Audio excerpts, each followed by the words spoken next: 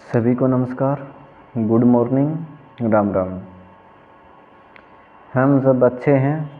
सर्दी अच्छे से शुरू हो चुकी है और आशा करते हैं आप भी स्वस्थ होंगे, हट्टे कट्टे अच्छे से कुशल मंगल होंगे, यही आशा करते हैं। तो शुरुआत करते हैं आज की लेटेस्ट ताज़ा खबरों के साथ। आज की पहली खबर हम शुरुआत करते हैं राजनीति को लेके। राजनीति से शुरुआत करेंगे आज की।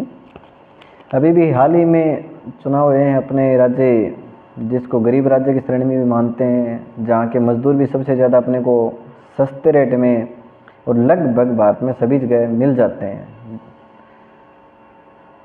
जो राज्य है बिहार, जहाँ युवाओं की आजकल पसंद भी हो गई है बिहार राज्य की। तो वहाँ अभी चुनाव है, तो वहाँ का मुख्यमंत्री बने कौन? नीतीश कुमार, जो रिकॉर्ड पहले 8वीं बार बने, फिर 9वीं बार और अब कल 10वीं बार उन्होंने रिकॉर्ड शपथ ली है। एक मुख्यमंत्री ने 10वीं बार शपथ ली है, ये भारत में रिकॉर्ड बना है। 10वीं बार मुख्यमंत्री का मतलब क्या होता है? 10 5 50, मतलब 40 से 50 साल उन्होंने मुख्यमंत्री के रूप में गुजार दी, ये गुजारने वाले हैं।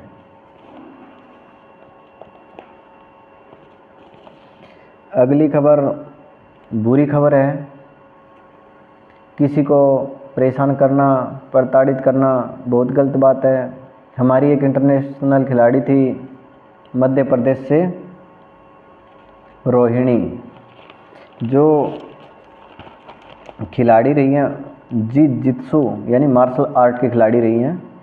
उन्होंने 26 अक्टूबर को आत्महत्या कर ली थी अपने कमरे में। धीरे धीरे खुलासा होता गया, जांच बैठी, कमेटी बनी। उनके लास्ट कॉल रिकॉर्डिंग जो हुई, उन्होंने लास्ट कॉल रिकॉर्डिंग अपने कोच साहब को की थी। उसमें उन्होंने साफ साफ बोल दिया था कि आप मुझे कल से परेशान नहीं कर पाएंगे, अभी तक जो किया वो आखिरी बार था।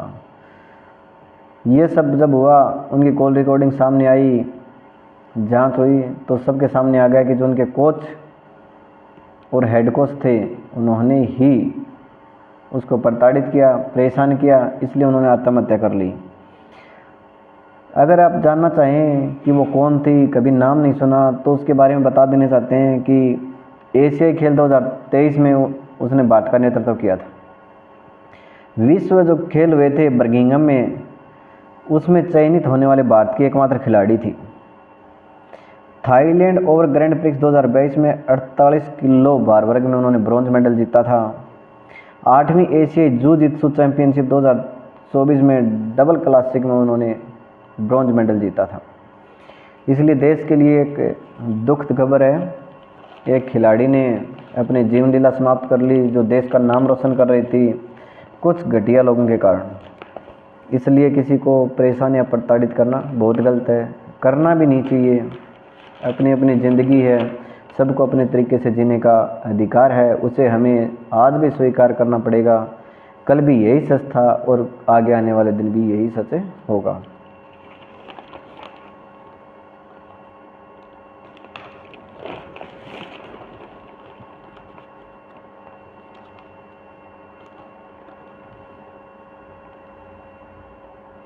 अगली खबर कॉम्पिटिटिव एग्ज़ाम देने वालों के लिए अच्छी शानदार खबर है कि अभी भी एक पुरस्कार की घोषणा हुई है, और उस पुरस्कार का नाम है इंदिरा गांधी पुरस्कार, जो शांति के क्षेत्र में दिया जाता है।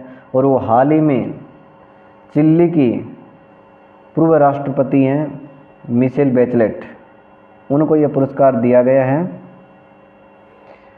उनको ये पुरस्कार शांति, निशस्त्रीकरण और विकास के क्षेत्र में मिला है। जो अगर बात करें मिशेल बेचलेट की, तो ये चिली की पहली और अभी तक की एकमात्र महिला राष्ट्रपति रही हैं। इनसे पहले न तो चिली में कोई महिला राष्ट्रपति बनी है और न अभी हैं।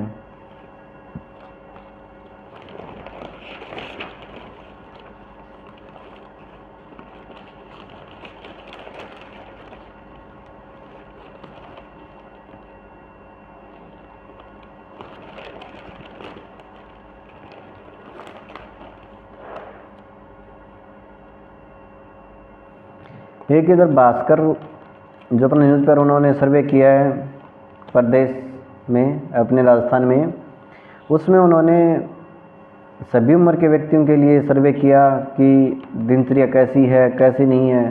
तो उन्होंने एक सर्वे जारी किया कि 18 से 45 उम्र के 76% लोग तनाव में हैं। 18 से 45 उम्र मतलब हमारी उम्र के 76% लोग हैं वो तनाव में जी रहे हैं। और वो तनाव किस कारण आता है वो तो आप सबको पता ही है।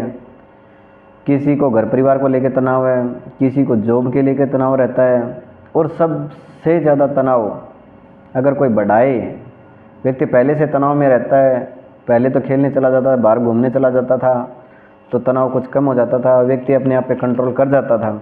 लेकिन अब जो तनाव होता है उसमें क्या करता है, अपना मोबाइल उठाता है और उसमें लग जाता है।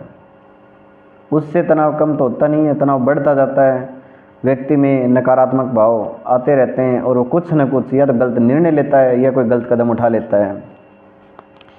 अगला उसमें दिया है कि 28% जो लोग हैं वो उदासी और निराशा में जी रहे हैं। ये भी हमारी उम्र के 18 से 45 के बीच में सर्वे हुआ है कि 28% जो लोग हैं वो उदासी और निराशा में जी रहे हैं। उदासी और निराशा का भी यही तो कारण है मेन तो। और 13 से 17 वर्ष वाले किशोरों को पढ़ाई में एक दूसरे से प्रतिस्पर्धा करने का दबाव रहता है कि मुझे उससे ज़्यादा अंक लाने हैं, मुझे उससे ज़्यादा अच्छा बन के दिखाना है, मेरे प्रतिशत उससे ज़्यादा होने चाहिए। ये 13 से 17 वर्ष के जो बच्चे होते हैं उनमें पढ़ाई का दबाव रहता है।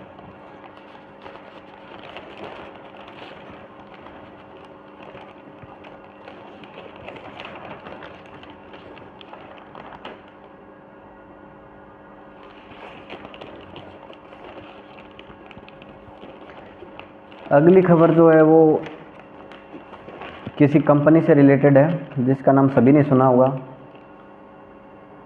और उससे मंगवा के कुछ पिज़्ज़ा वगैरह खाए भी होगा। पिज़्ज़ा कंपनी है डोमिनोज, सभी ने सुना नाम, सभी ने सुना होगा। तो आज उनकी स्टोरी दी गई है कि उनकी कैसे शुरुआत की, किसने शुरुआत की, क्या क्या दिक्कत आई, कैसे उनमें सुधार किया, उनकी क्या अच्छाई थी, क्या उसमें बुराई थी। तो इसमें बता दें आपको कि ये जो कंपनी है ये 1996 भारत में शुरुआत हुई है। 1996 नई दिल्ली से हुई है। वैसे तो ये अमेरिकी कंपनी है लेकिन भारत में शुरुआत 1996 में हुई थी।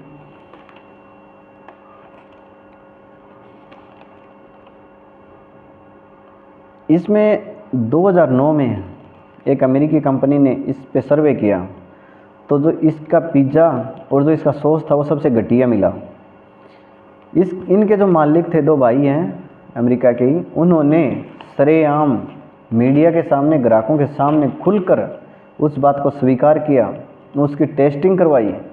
एक बार तो इनके दिमाग में आया, जैसे हमारे दिमाग में आता है कोई काम नहीं चले तो कि उसका नाम चेंज कर लो और दूसरे ब्रांड नाम से उसको सेल करना शुरू कर दो।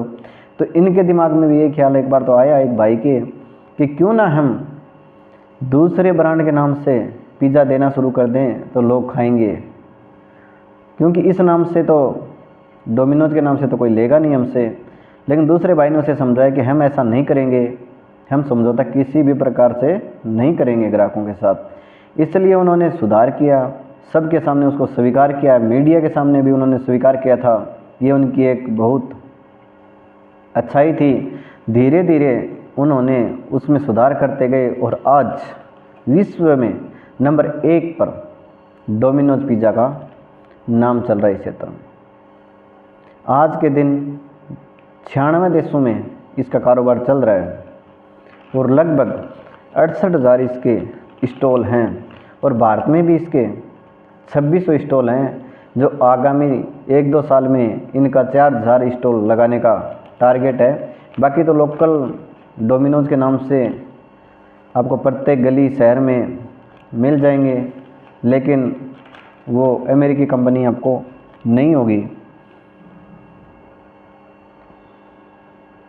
इनके पिछड़ने का कुछ कारण दिया गया है, इसमें कारण भी दिया है और फिर इसमें वापसी का भी वो दिया गया है कि कैसे वापसी की।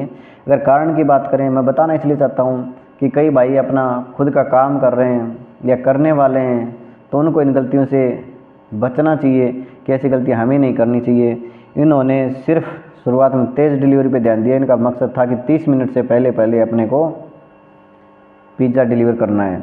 इस चक्कर में ये अपना क्वालिटी वाला सिस्टम भूल गए और स्पीड पे ध्यान दे दिया। दूसरा इसमें रहा कि 2009 में जब ये सर्वे हुआ, मीडिया के सामने सब बात आ गई, तो ग्राहकों में विश्वास की गिरावट आ गई थी, लेकिन इन्होंने फिर खुद को संभाला।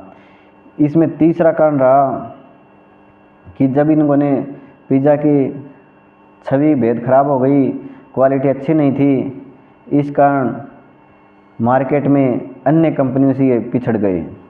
चौथा कारण ये रहा कि तकनीक में इसमें कमज़ोरी आई। 2000 के दशक में ऑनलाइन ऑर्डर, डिजिटल मार्केटिंग का जब दौर आया, उस समय डोमिनोज पिछड़ गया था, ये भी उसका एक कारण रहा। अच्छाई की बात करें तो इन्होंने ईमानदार मार्केटिंग की, हाई क्वालिटी सामग्री देनी शुरू की, टेक्नोलॉजी को भी अपनाया और ग्राहकों के बीच में पोर्टफोलियो को बनाया। ग्राहकों के बीच जाके इन्होंने उसका प्रचार प्रसार किया, उसकी अच्छाई बताई, क्वालिटी बताई, इन सब बातों का इन्होंने ध्यान दिया, तो ये आज उभर गए। अगली खबर है अपने शेयर मार्केट से लेके कि कौन सा बैंक अपना शेयर मार्केट में अभी तक सबसे बेस्ट रहा है इस साल में। तो उसमें HDFC बैंक देश का सबसे मूल्यवान ब्रांड रहा है और जोमेटो सबसे तेज़ी से उभरता ब्रांड रहा है। इसमें देश के 100 ब्रांड की वैल्यू दी गई है, जिसमें HDFC बैंक की वैल्यू 4 दी गई है। और जो अपनी एक कंपनी है जो एग्ज़ाम पेपर करवाती है कॉम्पिटिटिव, जो काफ़ी सुर्खियों में रही है भ्रष्टाचार के मामले में, वो नीचे से 1 नंबर पे आई है TCS, जो ज़्यादातर रेलवे बैंकिंग इनके पेपर जो करवाती है, या ऑनलाइन लगभग पेपर TCS ही करवाती थी 1 साल पहले तक, वो सबसे नीचे पायदान पे 1 नंबर पे है। तो आज की खबरों में इतना ही था। आगे 2-3 दिन थोड़ी व्यस्तता रहेगी। बच्चे का जन्मदिन है, तो बच्चे का जन्मदिन मनाने घर जाने का प्लान है, इसलिए क्षमा चाहते हैं। दोबारा से शुरुआत होगी। आगे की खबर आपको 25 नवंबर को फिर से लगातार अपन कंटिन्यू शुरुआत करेंगे। धन्यवाद।